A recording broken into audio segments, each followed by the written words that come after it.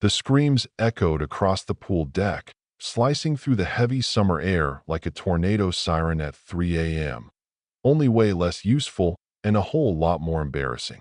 Margaret Hutchinson, cheeks so red you'd think she'd swallowed a bottle of hot sauce, clutched her phone tight enough to bend steel as she shrieked. Yes, 9/11. There's a man threatening me. He won't let me in my own pool. I pay my dues. This is assault. If drama were an Olympic sport, she'd have taken home the gold right there. You know what I mean? Now, let me set the scene. I'm standing with a clipboard, calm as a summer lake, not moving an inch while Margaret's putting on a show that would have made Broadway jealous. But right behind me, almost hidden, is Marcus Chin, my attorney and low-key ninja videographer, quietly filming the whole thing on his phone, capturing every minute of Margaret's meltdown.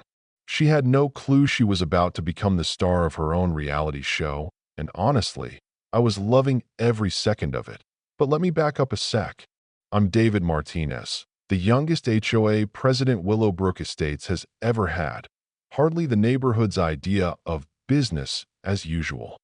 3 months back, I inherited a disaster zone from the old board, run by none other than Margaret herself. For half a decade, she'd ruled this place like some tin-pot dictator, ignoring bylaws, handing out favors, and treating the community pool like her own private beach club. My first move as president? Actually enforce the rules. Imagine that. I sent out letters about unpaid dues, posted new signs at the pool, and, yeah, suspended privileges for repeat offenders. Guess who topped that list? Margaret. 8 grand behind on dues and more pool violations than I could count, including hosting after-hours raigers and chewing out the staff. The rules were posted everywhere, but to her, rules were for other people. She didn't take the news well.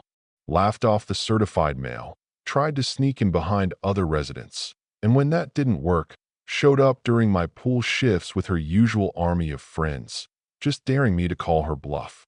Today was peak Margaret. She showed up with 6 guests, arms loaded with floats and coolers, strutting up like she owned the block.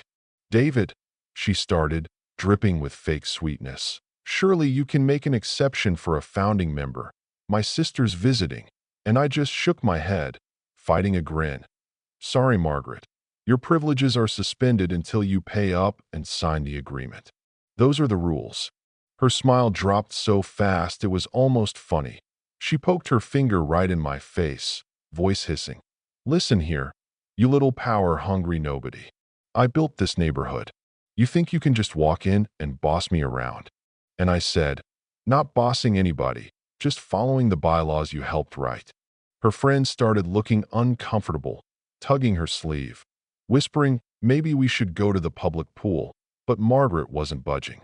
She got louder, accusing me of discrimination, threatening to blast me on the news, all while Marcus's camera kept rolling. Then she lost it, tossed her bag on the concrete, yanked out her phone, and screamed, Fine, I'm calling the police. You're threatening me. You're keeping me off my property. I just raised my clipboard, told her. I haven't touched you, Margaret. Just documenting this like I'm supposed to. But she wasn't hearing it. She went full Hollywood, sobbing into the phone for 911. There's a man here. He's blocking my path. I'm scared for my safety. Behind me, Marcus just edged a little closer, making sure the camera caught the empty 5 feet between us. It didn't take long. 10 minutes later, 2 cruisers rolled up, and out stepped Officers Williams and Thompson, looking like they'd rather be anywhere else but here. Ma'am, sir, what's going on? Officer Williams asked, her hand resting on her radio. Margaret jumped right in, tears on command. This man is discriminating against me. I've lived here for 20 years, and he's got it out for me. The officer listened, nodded, then turned to me. And your side? I handed over my file, calm as ever. I'm the HOA president. Miss Hutchinson is suspended for unpaid dues and repeated violations. Here's all the documentation, signed and certified. Margaret's face turned purple. That's a lie. I never got anything. Marcus stepped in, introducing himself as our HOA's attorney, phone in hand. Officers, I've documented everything. Video 2. Showing Ms. Hutchinson making threats and false accusations. Want to see it? The color drained out of Margaret's face. You can't film me. That's illegal, she snapped. Officer Thompson cut in. Actually, this is a public place, and there are posted notices about recording. It's perfectly legal.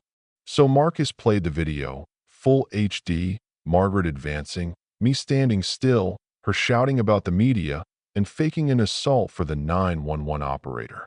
Officer Williams raised an eyebrow, turned to Margaret, and said, "Ma'am, filing a false police report is a misdemeanor. You claimed assault, but the video says otherwise." Margaret stammered, "He was intimidating me." Officer Thompson shook his head. Standing with a clipboard is not intimidation. Calling 911 under false pretenses is a crime. We could arrest you right now. Margaret froze, jaw hanging. Her sister stepped up, hands out. "Officers, please, we'll leave. She's just upset." Williams and Thompson exchanged a look. "We're letting you off with a warning, Ms. Hutchinson. But one more call like that, and you will be arrested." "Understood." Margaret just nodded, her bravado gone. As they left, Officer Williams quietly told me, "Keep documenting everything. Folks like her rarely stop at one try." No truer words, because that was just round one. For the next 2 weeks, Margaret waged war by email and social media. Wild accusations, vague threats, ranting Facebook posts that we had to pull for violating community rules. She even tried to get a recall petition going, but only managed 3 signatures, her wine club friends. Marcus and I documented everything. Emails saved, posts screenshot, doorbell cam catching her when she came to my house to talk. We were building an ironclad case, just waiting for her next move.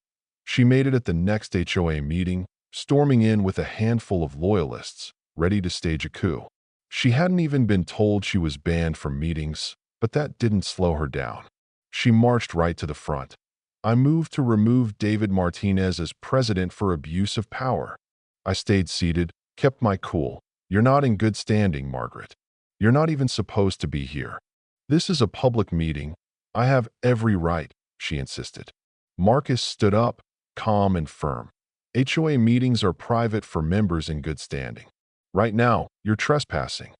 Then I played our trump card, announced the board had voted for a restraining order, citing her harassment and false 911 call.